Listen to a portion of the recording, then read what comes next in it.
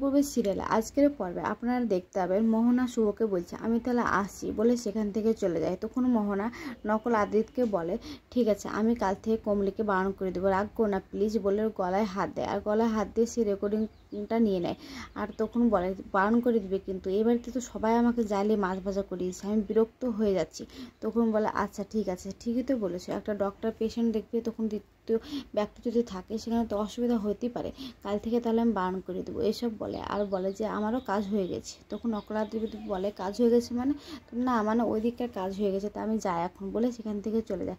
আর ঘরে গিয়ে ও সব রেকর্ডিংগুলো শুনে যে মোহনা বলছে তুফানকে যে আমি যদি আদ্রিতকে যদি ভালোবেসে থাকি তোমার কথা মতো তাহলে তোমাকে তো ভালোবাসা দরকার তাই না তুফান, তুমি আরও তো একই রকমই দেখতে।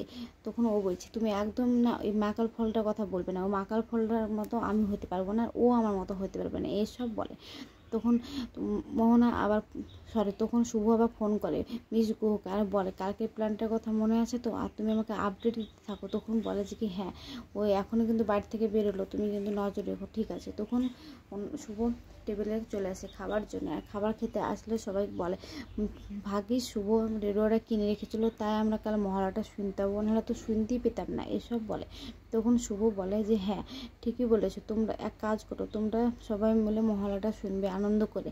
তখন বলে হ্যাঁ আগে যে সকালবেলা ভোর ভোর উঠতে পারে আগে সেটা আমরা দেখবো। তখন বাচ্চারা বলে হ্যাঁ আমরা আগে উঠবো। তখন বলে ঠিক আছে কালকেই দেখা যাবে।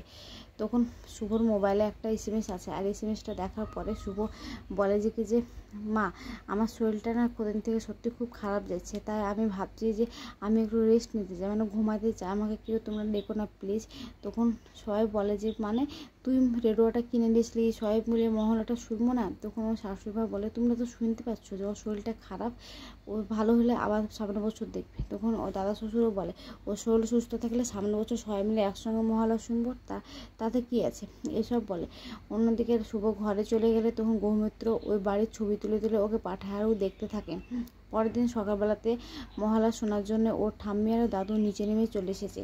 তখন অন্যদিকে দেখা যায় যে শুভ রেডিমেডি হয়ে ছেলেদের পোশাক পরে গৌমিত্রর কাছে চলে যায় আর গৌমিত্রকে বলে যে আমাকে চিনতে পারছো? তখন বলে যে না ঠিকঠাকই আছে, আর একটা কথা আমি যতটা খেয়াল করলাম ও বাড়িতে কেউ যাচ্ছে না, বেশিরভাগ ওয়ার্ড বয়েরা যাচ্ছে কারণ খাবার টাবার ডেলিভারি করতে এইসব করতে, তো তোমাকে দেখে ঠিক ওরকমই মনে হচ্ছে। তখন শুভ বলছে এসব তো তোমার ক্রেডিট, তুমি যদি আমাকে পোশাকগুলো ঠিক সময় না এনে দিতে তাহলে আমি কী করে যেতাম। তখন গৌমিত্র বলে একদম না, তুমি শুধু আমার দাদাকে তুমি ফিরে নিয়ে এসো ভালো ভালো এইসব বলে। অন্যদিকে দেখা যায় যে রূপ ওর বউকে নিয়ে ঘর থেকে বেরিয়ে আসে আর বলে নিচে গিয়ে ডান্স করবে বসে বসে, আর বসে বসে ডান্স করতে গিয়ে ও দাদা ভাইয়ের মাথায় মুখে সব হাত পা ছুড়ে দিচ্ছে। তখন ওরা হাসাহাসি করছে।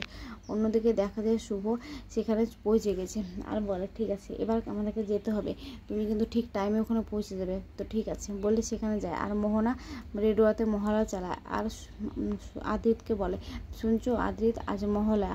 তখন আদিত বলছে আমি যদি তোমাকে একবার বাগে পাই এখান থেকে ঠিক আমি পালিয়ে যাব, আগে তোমাকে পুজোর আগে বিসর্জনে দিয়ে দিতাম। তখন আদিত বলে আমি কী করে পাবো? তখন বলে মোহনা আমার খিদে পেয়েছে, কিছু খাবার আছে? তখন মোহনা আনন্দ সহিত বলে কি তোমার খিদে পেয়েছে, দাঁড়াও আমি এক্ষুনি কিছু বানিয়ে আনছি। ঠিক তখনই কলিং বেল বাজে। তখন বলে এখন বা কে আসলো এত ভোরে? তখন বলে না সাবধানে মার নেই বলে একটা ছুরি হাতে কেটে নিয়ে বাইরে যায়, আর বাইরে গিয়ে দেখে যে ওখানে দাঁড়িয়ে আছে একটা খাবার ডেলিভারি করা বয়। তখন বলে আপনার একটা পার্সেল আছে। তখন মোহনা বলে আমি তো কোনো কিছু অর্ডার করিনি। তো আগামী পর্বে দেখতে পাবেন যে শুভ ওদের বাড়ি পৌঁছে গেছে আর গৌমিত্রকে বলছে আপনি ঠিকঠাক কাজটা করতে থাকেন।